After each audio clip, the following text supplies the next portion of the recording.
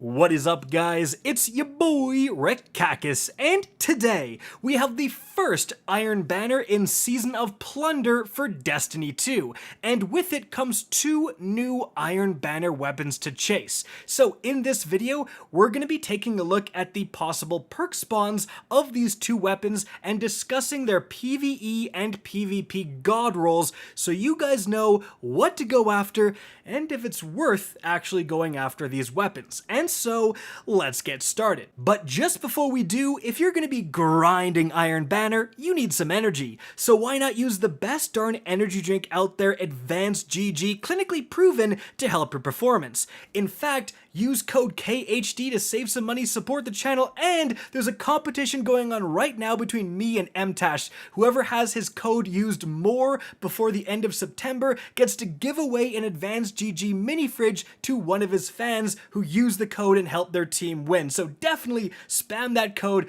win a mini fridge, let me embarrass that Genshin Impact quitter YouTuber. Everybody wins, I mean, come on. All right, now moving on from there, guys, let's talk about the first weapon here, and that is the Allied Demand. Now, this is a kinetic slot adaptive frame 300 rounds per minute archetype, and let's take a look at its possible perk spawns. Now, starting with barrels, we have the normal assortment. It's really personal preference. You could go with something like Full Bore or Hammer Forge for that increase to range, or heck, Arrowhead Break to improve the recoil, just make it very accurate. It's up to you. But in the second column, we do have accurized rounds, probably what you're going for in PvP. For PvE, an extended mag perk isn't bad, but a flared magwell is always a good choice to improve the reload. I'm not sure steady rounds is really what you want here on a sidearm. Moving on to the first main perk slot, we have some interesting ones. So, autoloading holster is gonna be okay. Rangefinder is a PvP all-star, just improving the range when you ADS. Rapid hit, letting you reload faster after landing precision hits. Subsistence, instantly refilling a portion of the magazine with a kill. We have air assault, kind of a new one brought back recently to improve the airborne effectiveness, and well-rounded, which improves weapon stability, handling, and range when you hit something with a grenade or a charged melee. Then in that second column, we actually have a brand new perk here, Under Over. Deals bonus damage to targets with overshields. Deals a small amount of bonus damage to combatant shields. Such an interesting perk. I mean, its use case is very narrow, so running this in a 6v6 Crucible match, it might not come up at all. However, I can potentially see this being used in something like Trials of Osiris if you're running against a team who's spamming, Bastion shields over and over again. You throw this on round 2, and then you have something to deal with that. But again, that's a pretty niche scenario. Moving on from there, we also have the Gut Shot Straight brand new perk. Aiming down sights increases body shot damage, but decreases target acquisition. Great if you don't often land headshots. We have Iron Reach, exclusive to Iron Banner weapons, which gives you plus 20 range at the cost of minus 30 stability. We have Frenzy to improve the damage after being in combat and reload speed. Multi-kill clip for damage after reloading after a kill. And then Eye of the Storm to improve accuracy and handling as your health gets lower. Now, importantly, we have the Sulking Wolf basic origin trait. This is something that both of these weapons are going to share here, and it was recently updated. It now says, while at low health, Guardian Final Blows with this weapon grant enhanced radar and remove you from opposing radar. It used to be exclusive to Iron Banner, only working in Iron Banner during, when the hunt was active, but now it's going to be active throughout every PvP game mode, and that's actually going to matter. So, I think the PvP god roll is going to be something like Hammer Forged Rifling plus Accurized plus Rangefinder for an insane improvement to your range, and heck, you could even combine that with Iron Reach to make this thing map people from distances they would never expect from a sidearm. However, Iron Reach also lowering your stability, especially since stability is tied with flinch, may not be the play anymore. You could go with something like Gut Shot Straight to make it more consistent for landing body shots, perhaps killing one body shot less, or heck, Multi-Kill Clip is going to be very consistent for a damage increase, and Eye of the Storm is going to help you secure that kill in a gunfight. Really, you almost can't go wrong. I just think Frenzy and Under Over maybe you should avoid, but if you get that massive range combo and then pair it with something to make it even better, whew, you have got an actually pretty insane little sidearm right there. I know True Vanguard's going to be all over this thing, and any sidearm lover would be happy to get any of those rolls for PvP. Moving on from there, however, what about the PvE god roll? Well, I don't think you need to go as hard in the range department. You could go with appended or extended to improve that magazine size, or flared because you're going to be reloading a sidearm a lot. And then it's subsistence. Like, subsistence in PvE is amazing. This is going to get you so much of your ammo back. And then you're probably just going for multi-kill clip or frenzy.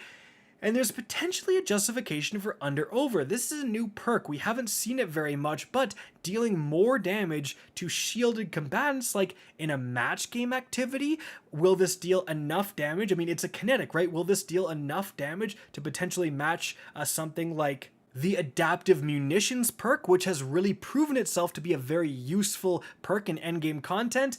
I'm not exactly sure. It might be worth keeping a roll with this perk just to try it out.